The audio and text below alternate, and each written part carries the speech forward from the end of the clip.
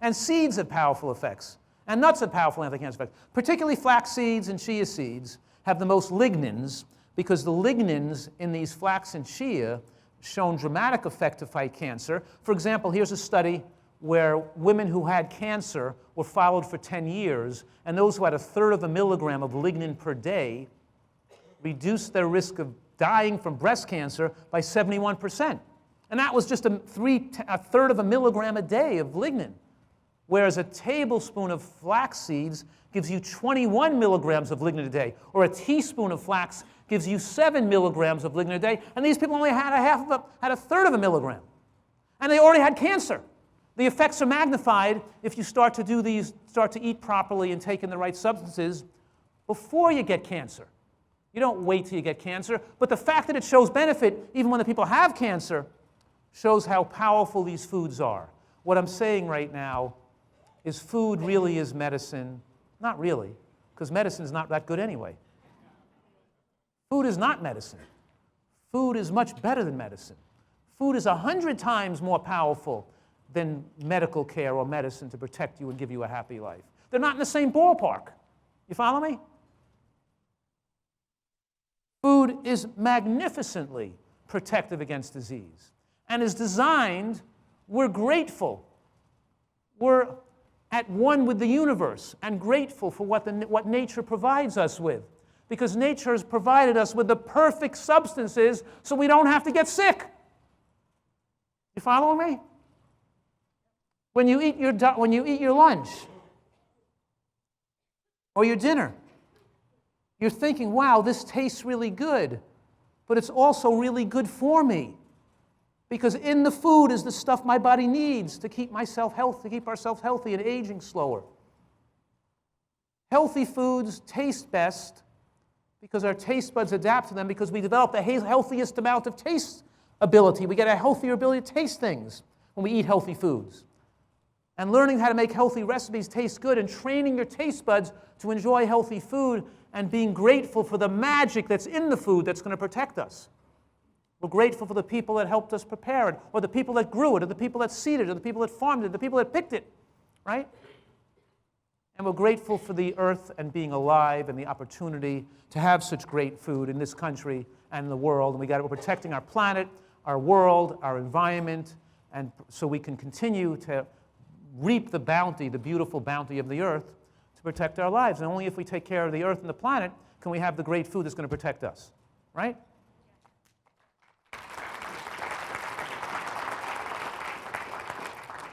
So seeds are superfoods. They're rich in all types of minerals. And nuts fight cancer.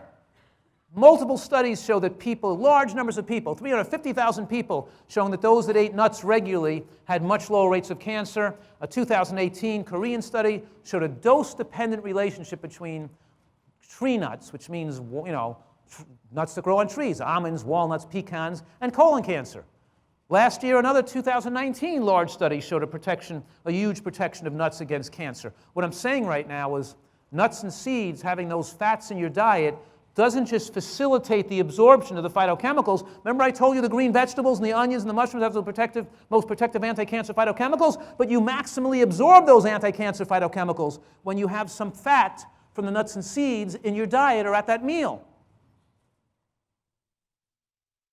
When you take the nuts and seeds out of your diet, you increase the risk of heart attack, stroke, cardiac arrhythmia, and cancer. And what nut is most protective against cancer? That's right. I heard it. Walnuts. The little simple, cheap, inexpensive walnuts that you can buy everywhere. The hemp seeds, the flax seeds, the chia seeds, the walnuts are high in those beneficial omega-3 fatty acids too, right? So these superfoods you're learning about in this presentation to fight cancer, let's review what you learned a little bit so far. You learned that these green vegetables, getting a variety of cruciferous vegetables like kale, collards, mustard green, cabbages, arugula, watercress, fight cancer. It's also important to have a salad with dark green leaves of lettuce in it. Have some solid cruciferous, broccoli and Brussels sprouts and bok choy that are cooked conservatively so you don't cook the life out of them. Have raw onions and raw garlic in your meals a little bit. Use scallion. Use leek in your soup, leeks. But blend the whole leek, the whole stem, and all the leaves. Don't cut and throw that away, but blend it down in the Vitamix first and then dump it into the soup. Use cooked mushrooms. Add it to your soups and stews and cook mushroom in a water wok and put some on your salad too. Eat berries and pomegranates and other low-sugar fruits, frozen cherries, and use seeds and walnuts every day in your diet because they add to your lifespan and they slow aging. Now, tomatoes are also an excellent anti-cancer food. So I'm saying G-bombs plus T, and tomatoes have more potential cancer-fighting effects when you cook the tomato or eat tomato sauce. Remember I told you I drizzled some tomato sauce on top of my California cream kale? What I did is I grow a lot of tomatoes, and I cook the sauce myself from the tomatoes I grow because I want my own sauce cooked so I can thicken it and cook it longer. I want to cook it on a very low flame for like 8 hours so it thickens in the pot and makes it really thick and flavorful. I put some basil and mushroom and oregano in there and dill, but it's a great tomato sauce. Or if I'm buying a commercial low-salt tomato sauce in a glass jar, it's too watery and thin. It doesn't have much flavor. So you know what I do? I can dump it out and cook it down a little bit more. But I don't do that anymore. I have a better way of thickening it. I take my organic sun-dried tomatoes and I plop the sun-dried tomatoes into the tomato sauce jar. Well, tomato paste you can use, but this works better. It really tastes better. So making a sandwich, maybe, I'm making a wrap or something and putting portobello mushrooms and some sprouts and some onion and tomato in there. I'll put some soaked sun-dried tomatoes right in that wrap or something for flavor. But I'll put the chopped sun-dried tomatoes or I'll put the softened sun-dried tomatoes in with the sauce right in the blender and whip that up maybe with some almonds and sunflower seeds and a little bit of balsamic or black fig vinegar and then maybe a little bit of roasted garlic, and I'll make an incredible dressing from that. What I'm saying to you is utilize tomato sauce in your recipes and in your cooking because it has beneficial anti-cancer effects. A 50% reduction in prostate cancer for men eating tomato products every day. And of course, we have things like turmeric, other things that have anti-cancer effects on the dietary landscape, like green tea extract, the curcumoid or curcumin compounds from turmeric, and has anti-proliferative effects.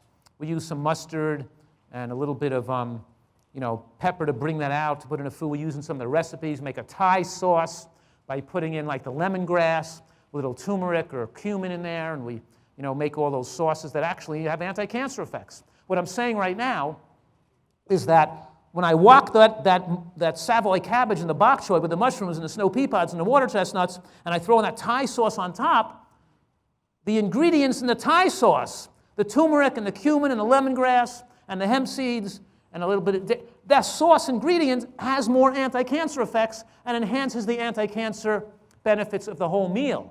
Even the sauce has anti-cancer benefits. You following me? So a nutritarian food pyramid has vegetables at the base, of course, right? Not grains at the base, not potatoes at the base, not rice at the base, vegetables at the base.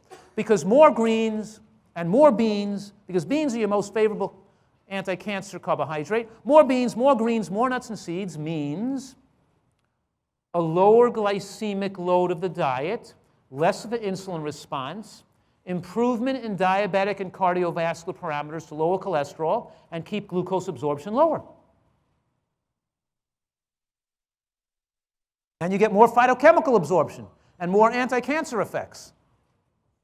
Looking at the cancer, so we're talking here, look at this slide for a minute, that the non-green vegetables, the low carbohydrate, right? Non-green vegetables in red, like onion and peppers and tomatoes and mushrooms and all these, lower calorie vegetables have tremendous powerful against cancer, as does the green vegetables. Whereas you look at non-whole grains, like white rice and white bread, we see that red on the bottom, increasing risk of cancer, and white potato in certain studies showing increased risk of colorectal cancers from increased white potato in the diet because of its glycemic effect. We know it's the glycemic effect of the potato, and they study out it's not the fat or the butter or the sour cream used with the potato. That's that's controlled for. It's the potato itself. It's the glycemic effect of the potato, because we see that the colorectal cancer increases from potato use when people are more overweight.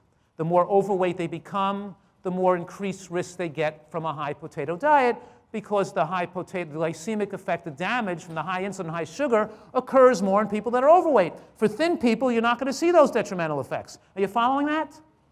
We know it's the glycemic effect because it modulates based on how much body weight the person has.